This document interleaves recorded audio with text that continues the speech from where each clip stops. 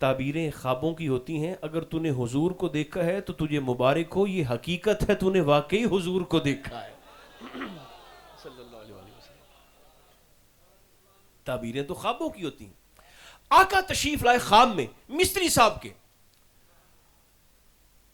اس کا مزہ لینا ہے تو منظر ذہن میں لائیں. خواب میں ہی مستری صاحب نے اپنے رخسار کو آقا کے مقدس نالین پہ رکھا اور حضور کے جوڑوں کو چومنے لگا.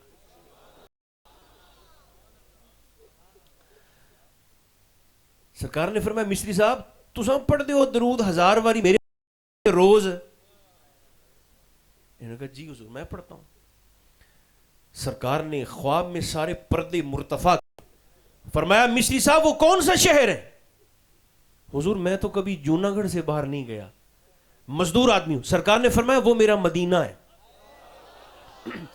اور وہ سامنے دیکھو میرا گنبد خضرا ہے. آقا کیا ہوا؟ زیارت ہو رہی. سرکار نے فرمایا رات کو تیز ہوا چلی ہے میرے مدینہ میں, مجھے سلام کرنے آئی ہے. اور مستری صاحب وہ دیکھیں نا, تیز ہوا نے میرے گنبد کا ایک پتھر کنگرا گرا دیا ہے. گنبد شریف وہ سامنے دیکھیں, ایک پتھر گر پہ ہے, ڈہ پہ ہے, پتھر ایک اینٹ کنگرا. جی حضور وہ سامنے گرا ہوا ہے. سرکار حکم. سائیں فرمایا حکم کیا؟ تیسی کانڈی چاہ تکا لپڑ مدینے میرے کول. سرکار تشریف لے گئے. بیگم صاحبہ نے جگایا, اٹھایا کہ مستری صاحب اٹھیں, کو سبزی لے آئیں, کو گھر کا لنگر پکائیں, کو نظام چلاتے ہیں.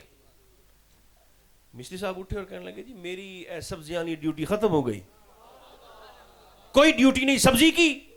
اس نے کہا کیا ہوا؟ کہنے لگا مجھے تو رات کو ٹھیکہ مل گیا ہے. وہ کہتی ہے راتوں رات کون سا ٹھیکہ مل گیا ہے؟ اس نے سارا خواب اپنی بیگم کو سنایا. بیوی سر پکڑ کے بیٹھ گئی. اس نے کہا نہ پاسپورٹ, نہ ویزا, نہ کاغذات, نہ پیسہ, نہ وسائل. یہ یقین کی تصویر بنے کہتا ہے اے سارا کچھ مینوں چاہیدہ ہوئے آج میں آپ جاندہ پہ آؤں وہاں تھا, میں تھوڑی جا رہا ہوں. درود صوفیاء دی ہڈ ورتی. کیسے؟ اس نے کہا میرا بیگ شیگ تیار کرو. کو پاٹے پرانے کپڑے تے پاٹی پرانی بیچارے دی جتی, غریب سا آدمی تھا. تیسی کانڈی تھیلے سے تے تھیلا اپنے گھر سے چلا اور جا رہا ہے جوناگڑھ کی بندرگاہ پر, ساحل سمندر. بندرگاہ پہ بحری جہاز 3000 حاجیوں کو لے کر جدہ روانہ ہو رہا ہے. اس دور کی بات, 3 حاجیوں کو لے کر. خدائی انتظام پر قربان نہ جائیں. جہاز کا کپتان انجن سٹارٹ کرتا ہے, انجن سٹارٹ ہی نہیں ہوتا. وہ چلاتا ہے یہ نہیں چلتا, وہ پھر چلاتا ہے یہ نہیں چلتا. دور سے مستری صاحب بھی جوتیاں چٹکھاتے گرد اڑاتے بھاگتے بھاگتے آ رہے ہیں.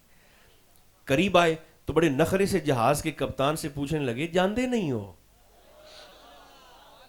اس نے کہا جی ہم تو چلاتے ہیں, انجن نہیں چلتا. مستری کہنے لگا جب تک میں اے تروٹی جوتی تیرے جہاز تے نہ رکھی تیرا انجن نہیں چلن والا. اس نے کہا وہ کیسے؟ اس نے پورا خواب کپتان کو سنایا. وہ ماننے والا تھا, محبت والا تھا. اس نے کہا مستری صاحب دیکھیں لے میں تو انو جاننا بٹھا کر, لیکن نہ کاغذات, نہ پاسپورٹ, نہ ویزا, نہ معاملات, یہ اگلا کٹ چھڑیا تو میری ذمہ داری کوئی نہیں. اس نے کہا آپ مجھے لے چلیں. اس نے ٹوٹی جوتی ایسے جہاز پہ رکھی اور انجن اب تو ہو گیا ہے, سٹارٹ ہو گیا. ادھر سے ہندوستان سے جوناگڑھ بحری جہاز چلا جدہ. ادھر میرے اور آپ نیم آقا جن کے ذکر کے اعزاز میں اس وقت ہم بیٹھ کر عزت حاصل کر رہے ہیں, سرکار اپنے دربان کے خواب میں تشریف لائے. تو سائیں فرمایا میں جوناگڑھ مستری منگوایا ہے, وہ پہنچنے والا ہے, اسے جدہ سے لو اور پہنچو مدینہ منورہ میرے پاس.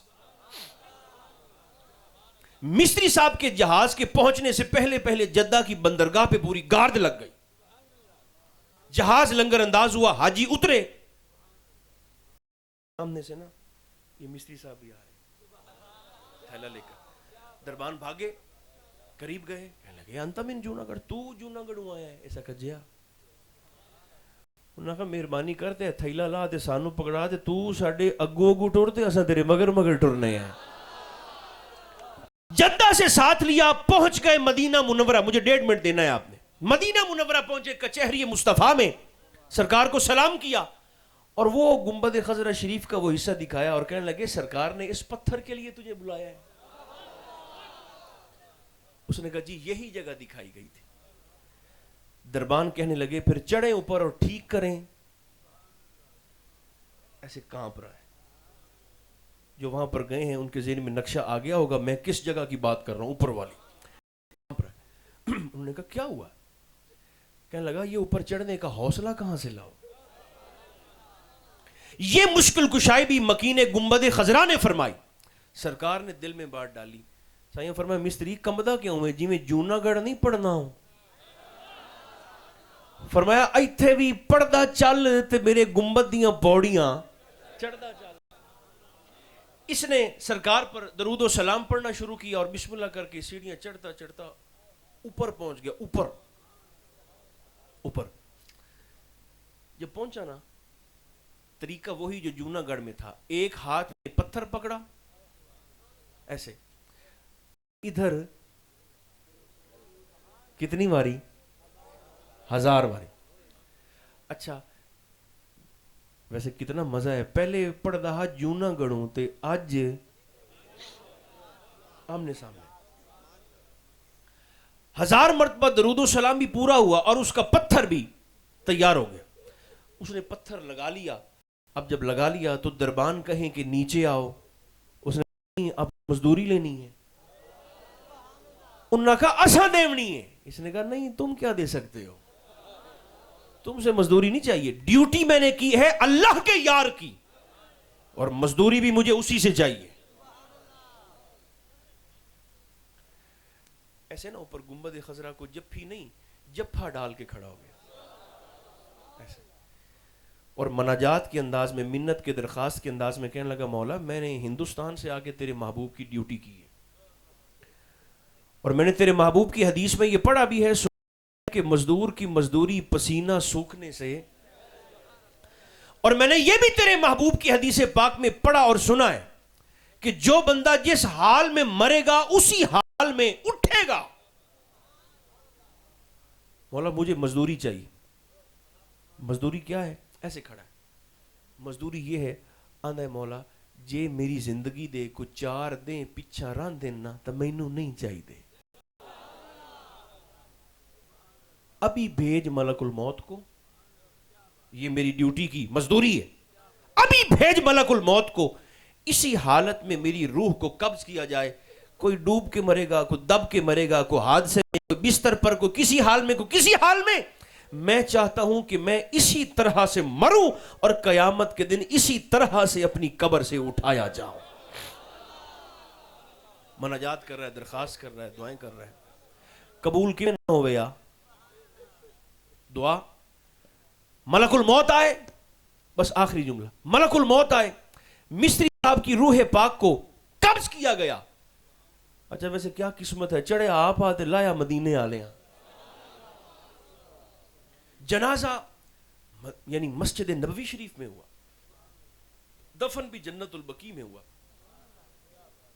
سائیں فرمیندے یہ تواڈے وس سے چھووے تو میرے مدینہ چ مرو تے بقیع چ دفن ہو. حضور کیوں؟ فرمایا میں قیامت کے دن سب سے پہلے بقیع والوں کا سفارشی بنوں گا.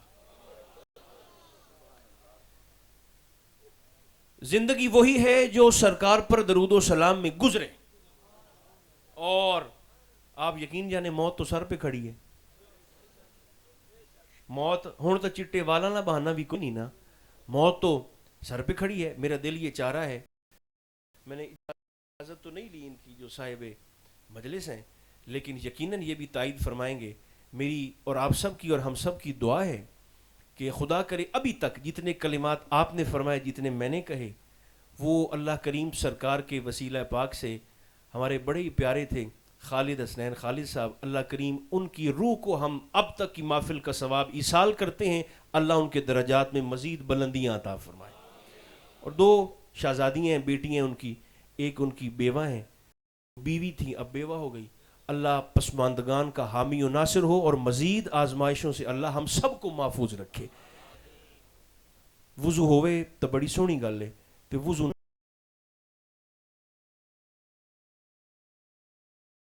بھی ہوئے تاوی اللہ فرمیندہ ہے بغیر وضو بھی میرے حبیب دی ذات پاک تے درود و سلام پڑھنا تیرا کام ہے، قبول نہ کرا مینوں محمد دا خدا نہ کہ صلی اللہ علیہ وآلہ وبارک وسلم. اللہ ہمیں توفیق عطا فرمائے. صلی اللہ تعالی علی خیر خلقہ محمد وآلہ واصحابہ اجمعین.